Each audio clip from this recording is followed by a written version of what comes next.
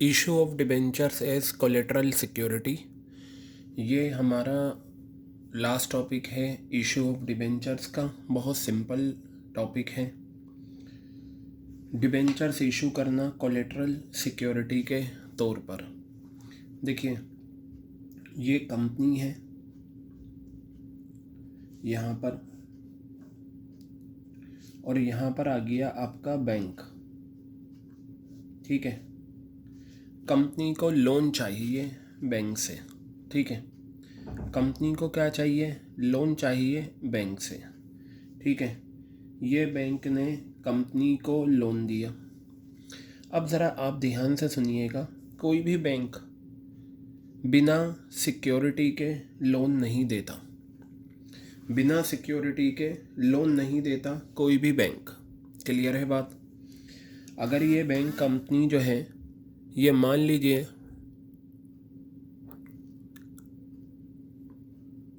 अगर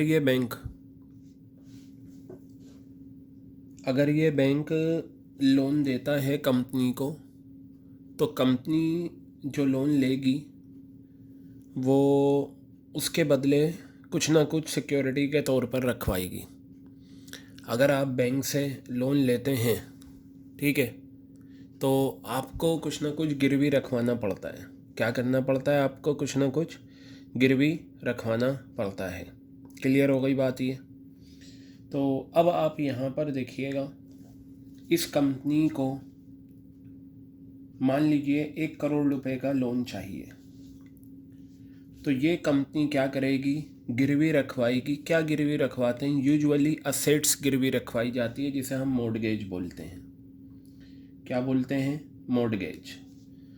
तो normally assets जो होती हैं वो कौन सी होती हैं? फिक्स असेट्स होती हैं। जैसे प्रॉपर्टी के कागजात रखवा दिए और बिना सिक्योरिटी के लोन नहीं दिया जाएगा। कोई भी बैंक 1 करोड़ का लोन बिना सिक्योरिटी के नहीं देगा। तो कंपनी अपने जो प्रॉपर्टी है उसके कागजात बैंक के पास रखवा देती है, गिरवी रखवा देती है, जिसे मॉर्गेज बोलते हैं। बेटा, ये जो हमने 1 करोड़ के लोन के बदले दिया है, ये कहलाता है प्राइमरी सिक्योरिटी। क्या कहलाती है ये? प्राइमरी, या इसका दूसरा नाम होता है प्रिंसिपल सिक्योरिटी। क्या होता है? Principal security. क्लियर है बात ये? और नॉर्मली ऐसा होता है कि जो सिक्योरिटी के तौर पर रखवाया जाता है उसकी वैल्यू इससे ज़्यादा होती है लोन के अमाउंट से। ठीक है, कि अगर फ्यूचर में इसने धोखा दिया, कंपनी ने लोन की पेमेंट नहीं करी, तो हम उस प्रॉपर्टी को बेचकर पैसा हमारे पास पूरा रिकवर हो जाए। लेकिन होता क्या है, बैंक क्या करता है? बैंक कंपनी से ये कहता है कि आपने जो हमारे पास प्रिंसिपल सिक्योरिटी के तौर पर रखवाया है, इसके साथ साथ हमें एक सिक्योरिटी और दे दो, एडिशनल। एक सिक्योरिटी के तौर पर हमें एडिशनल और दे दो। बेटा, वो जो एडिशनल सिक्योरिटी होती है, वो जो एडिशनल सिक्योरिटी के तौर पर रखवाया जाता है, वो बैंक क्या मांगता है? बैंक ये कहता है आप हमें डिबेंचर्स दे दो। क्या दे दो? आप हमें डिबेंचर्स दे दो। क्लियर है बात ये? आप हमें क्या दे दो? डिबेंचर्स। लेकिन बैंक ये कहता है कंपनी से, सुनो, आपने हमारे पास प्रिंसिपल सिक्योरिटी रखवाई, ओके, ये जो आप हमें डिबेंचर्स दे रहे हो ना, हम इस पर आपसे कोई भी चीज़ क्लेम नहीं करेंगे। आप बस हमारे पास रखवा दो, डिबेंचर्स हमें दे दो। वो हम ये मानकर चलेंगे डेड डिबेंचर्स हैं, मरे हुए डिबेंचर्स हैं ना। हम उस पर आपसे इंटरेस्ट लेंगे, हम उस पर आपसे इंटरेस्ट बिल्कुल भी नहीं लेंगे, वो मरे हुए डिबेंचर्स हैं। ठीक है, तो ये जो डिबेंचर्स लिए जाते हैं कंपनी से एडिशनल सिक्योरिटी के तौर पर, उसी को कहा जाता है इशू ऑफ डिबेंचर्स। कंपनी ने डिबेंचर्स इशू करे कोलेटरल सिक्योरिटी के तौर पर। होता क्या है, अगर ये कंपनी लोन की पेमेंट करने में आनाकानी करती है, लोन की पेमेंट नहीं करती, तो फिर ये होता है कि जो एडिशनल सिक्योरिटी के तौर पर डिबेंचर्स रखवाए थे, ये ज़िंदा हो जाते हैं। फिर बैंक जो है कंपनी का लेनदार बन जाती है। फिर बैंक जो है इन डिबेंचर्स पे इंटरेस्ट भी क्लेम कर सकती है। ठीक है। लेकिन कब, जब कंपनी लो, ये तो है, ये तो सिक्योरिटी है, इसका तो रहेगा ही। साथ ही साथ अगर इसने लोन की पेमेंट नहीं करी तो फिर ये जो डिबेंचर्स थे मरे हुए, ये ज़िंदा हो जाएंगे और कंपनी इन डिबेंचर्स पे इंटरेस्ट भी क्लेम करेगी। अब ध्यान से सुनिए, इस टॉपिक में होता क्या है, आपको बैलेंस शीट बनानी पड़ती है। बैलेंस शीट में एक छोटा सा फॉर्मेट बनाना पड़ता है, ठीक है। तो मैं वो आपको बता देता हूँ फॉर्मेट क्या है, ध्यान से सुनिएगा। ये बैलेंस शीट आपने बनाई थी, आपके सिलेबस में है, बनाना नहीं है बैलेंस शीट, ठीक है। तो ये मैं यहाँ लिख देता हूँ एन एक्सट्रैक्ट। एक्सट्रैक्ट का मतलब पूरी बैलेंस शीट ना होकर एक छोटा सा पार्ट है, एज एट डॉट डॉट, ये आ गया, ठीक है। तो बस आपको ये बताना है कि ये लोन कहाँ पर आएगा, आपको बस यही चीज़ बतानी है। तो ये देखिए, ये आपका नोट नंबर होता है और बैलेंस शीट में 2 कॉलम होते हैं, एक करंट ईयर, एक प्रीवियस ईयर। बस आप यहाँ रुपीज़ का कॉलम बनाएं, दैट्स ऑल। और यहाँ पर ये आपका पर्टिकुलर्स आ गया। अब आप ये बताइए, ये जो हम लोन लेते हैं बैंक से, ये जाता है लॉन्ग टर्म लाइबिलिटी, और लॉन्ग टर्म लाइबिलिटी को हम बोलते हैं नॉन करंट, सॉरी, ये आपका होता है नॉन करंट लाइबिलिटीज़। हाँ, तो इसका लाइबिलिटीज़ का जो नाम है वो क्या है, इक्विटी एंड लाइबिलिटीज़।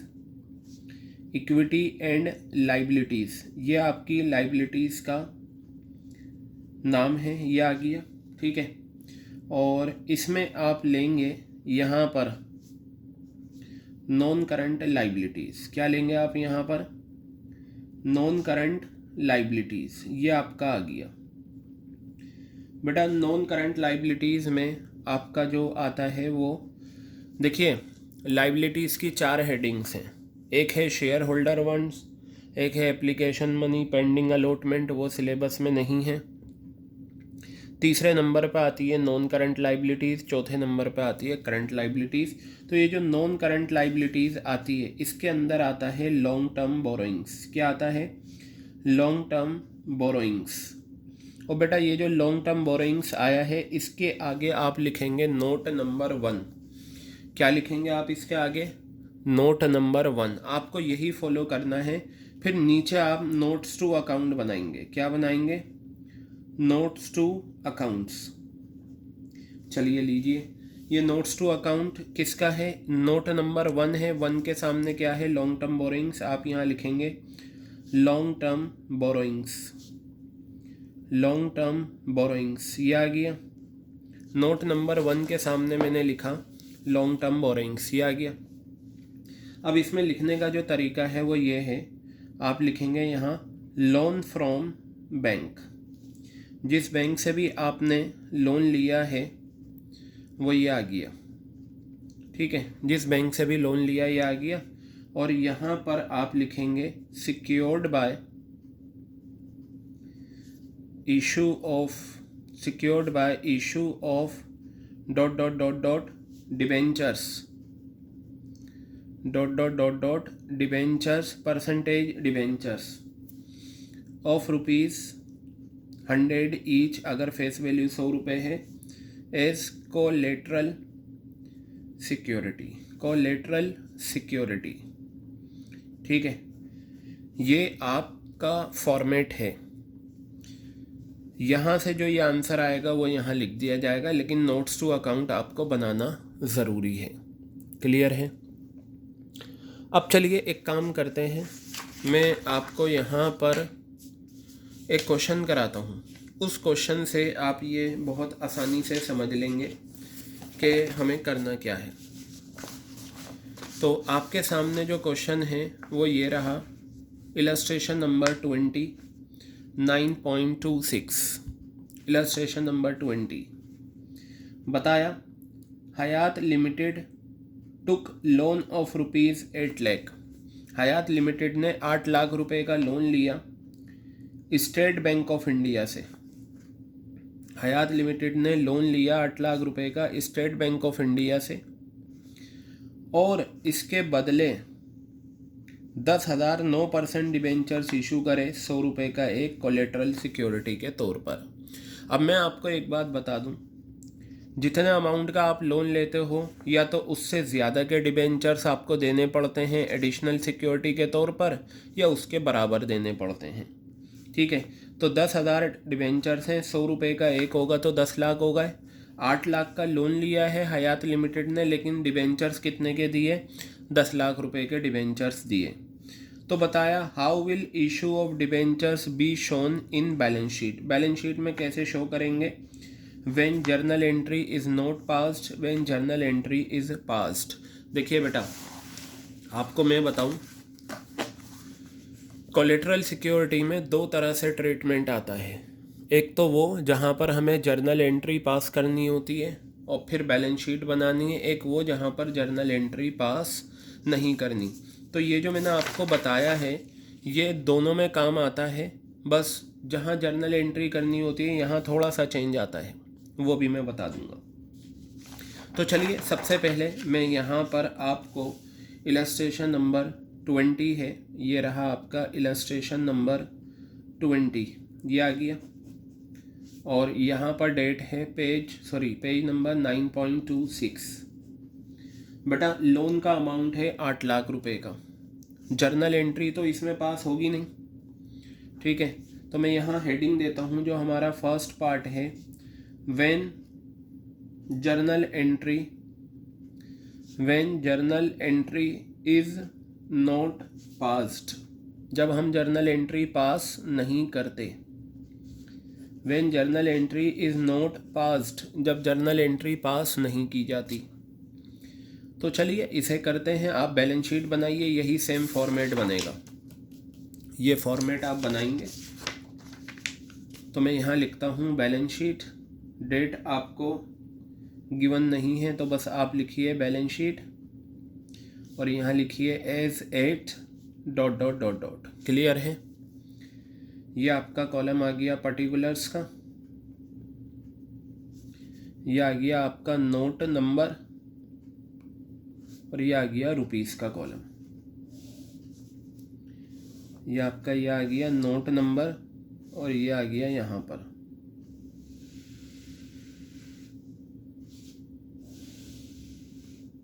ठीक है, तो यहाँ पर देखिएगा बेटा, ये आ गया आपका। यहाँ लिखिए बिल्कुल वही फॉर्मेट आपको लिखना है, equity and liabilities, equity and liabilities, ये आ गया। और यहाँ लिखिए इक्विटी एंड लाइबिलिटीज़ में, हाँ, non current liabilities main headings होती हैं। नॉन करंट लाइबिलिटीज़ ये आपकी क्या है? मेन हेडिंग है। और यहाँ पर लिखिए लॉन्ग टर्म बोरोइंग्स। क्या लिखेंगे आप यहाँ पर? Long term borrowings. और इसका आगे नोट नंबर 1 लिख दीजिए, क्योंकि लॉन्ग टर्म बोरोइंग्स में ये सारी चीज़ें जाती हैं। अब यहाँ पर आप नीचे नोट टू अकाउंट्स बनाएं, नोट्स टू अकाउंट। ठीक है, ये आ गए आपके नोट्स टू अकाउंट। कौन सा नोट है? नोट नंबर 1, और 1 के सामने क्या है? Long term borrowings. क्या है? Long term borrowings. आपको ये लिख कर दिखाना है बस बेसिकली, और यही लैंग्वेज फॉलो करनी है। लोन फ्रॉम बैंक, जिस बैंक से लिया है उस बैंक का नाम लिख दो। तो बेटा यहाँ पर आप देखिए क्या लिखा हुआ है।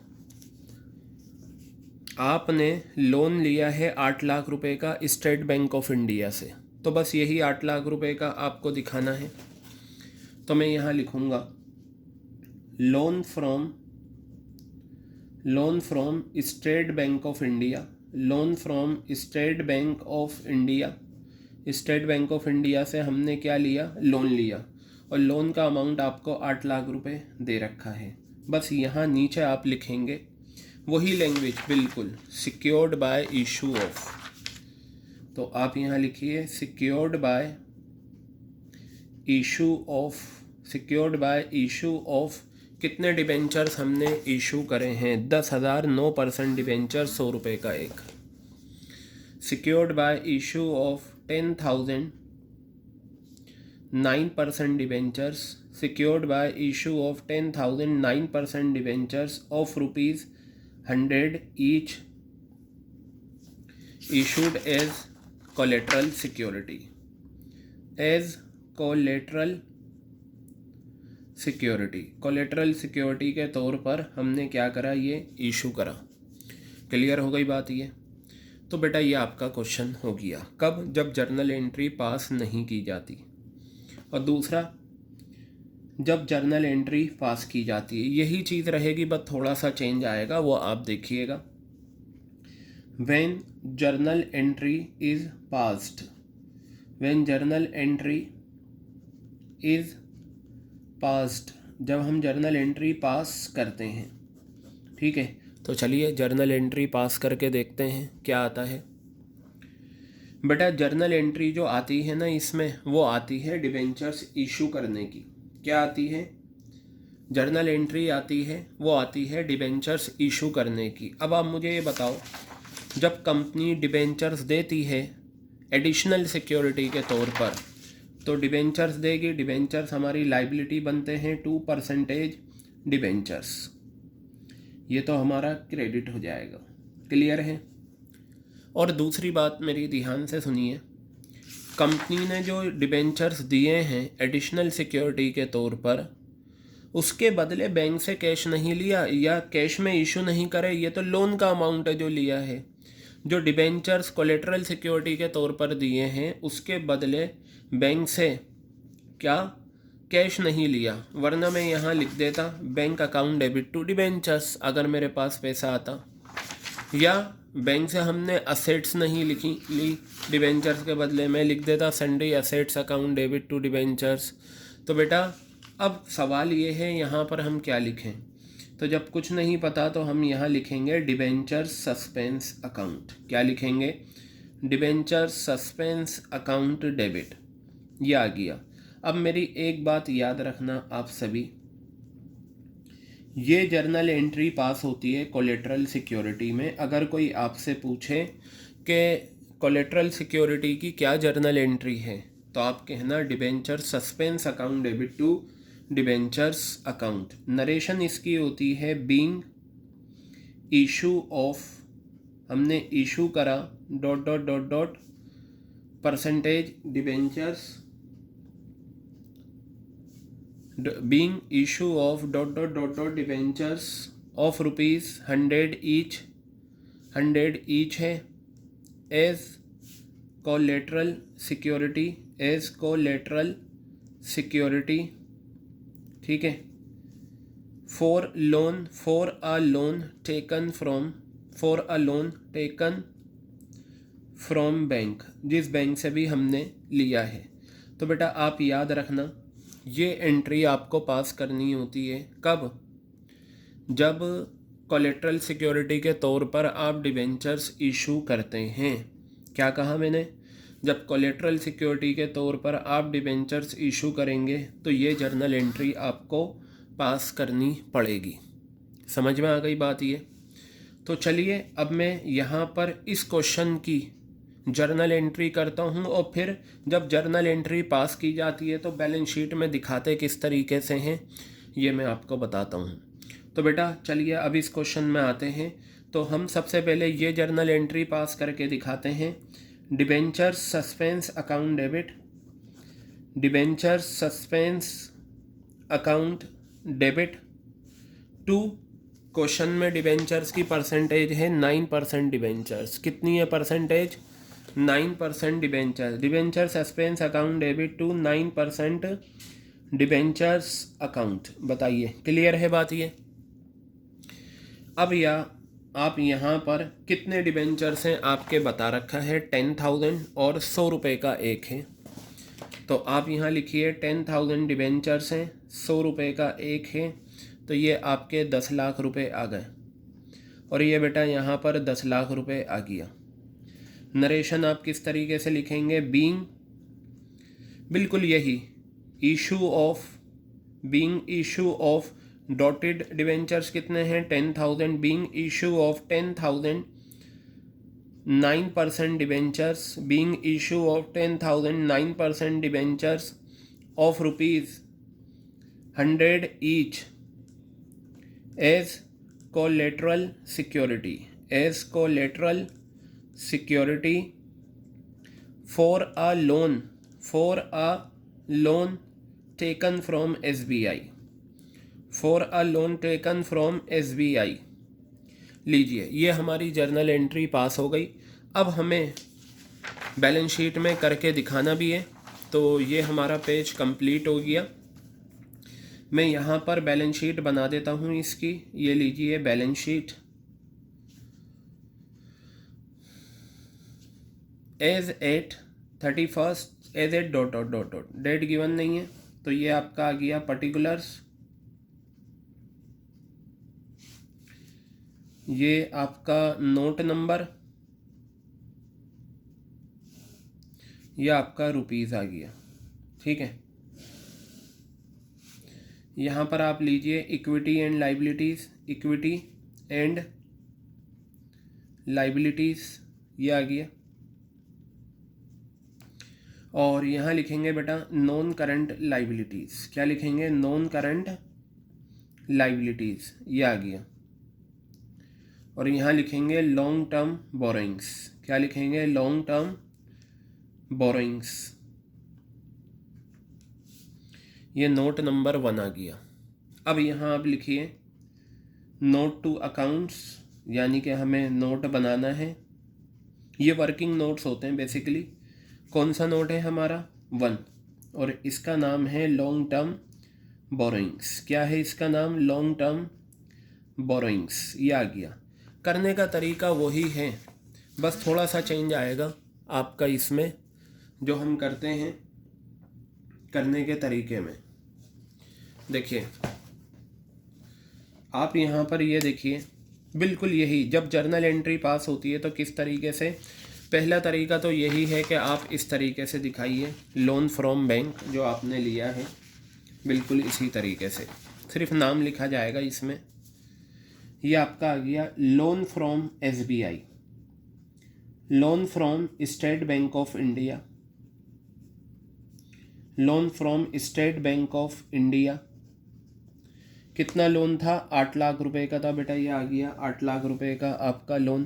क्लियर है? अब इसी के नीचे ये देखिए, आपने loan from state bank of India 8 lakh रुपए लिखा, ठीक है। अब इसी के नीचे ये जो एंट्री करी थी ना आपने डिबेंचर सस्पेंस वाली, बस ये लिखना है। किस तरीके से लिखना है ये देखिए, आप यहाँ लिखिए 10,000 9% debentures, 10,000 9% debentures of ₹100 each issued as collateral, issued as collateral, issued as collateral security। ठीक है, तो बेटा ये यहाँ पर 10 लाख रुपए आ जाएगा।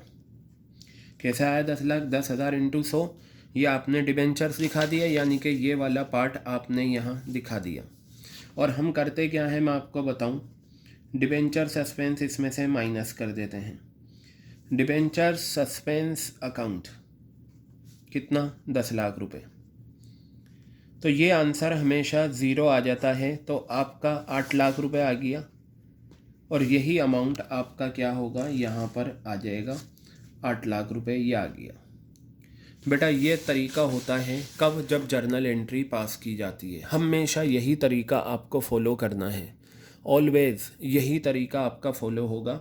जब जर्नल एंट्री पास होगी तो आप जर्नल एंट्री कर दें। जर्नल एंट्री करने के बाद सेम फॉर्मेट है, loan from state bank of India लिखें, जितना लोन लिया है, बैंक का नाम नहीं है तो सिर्फ लोन फ्रॉम बैंक लिखें, और ये जितने डिबेंचर्स हैं वो लिखें। ये हमेशा आंसर 0 आएगा। आप कहेंगे जब ये 0 आ रहा है तो ये दिखाने की ज़रूरत क्या है? दिखाने के ही तो मार्क्स हैं बेटा, तो इसलिए आपको भी क्या करना है, ये दिखाना है।